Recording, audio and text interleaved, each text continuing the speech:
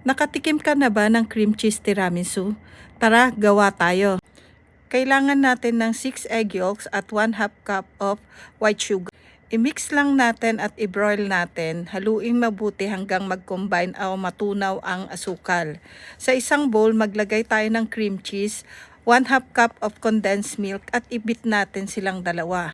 Gumamit lang ako ng hand mixer para hindi magbuo-buo ang ating cream cheese mixture.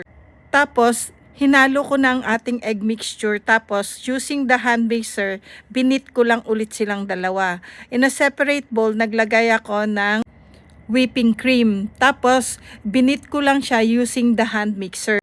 Nung hindi na runny ang mixture, iminix ko ang ating cream cheese and egg mixture. Haluin lang mabuti hanggang mag-combine silang dalawa.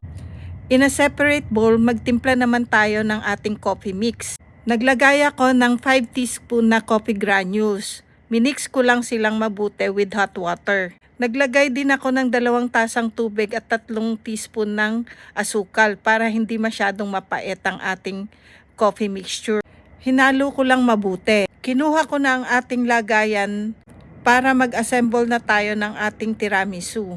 Naglagay ako ng cream sa ilalim. Tapos yung lady finger sinawsaw ko sa ating coffee mixture.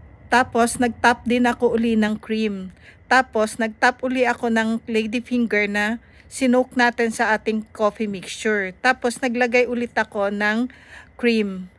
Naglagay din na ako ng cocoa powder para mas masarap. Ayan na, nakagawa na tayo ng ating cream cheese tiramisu.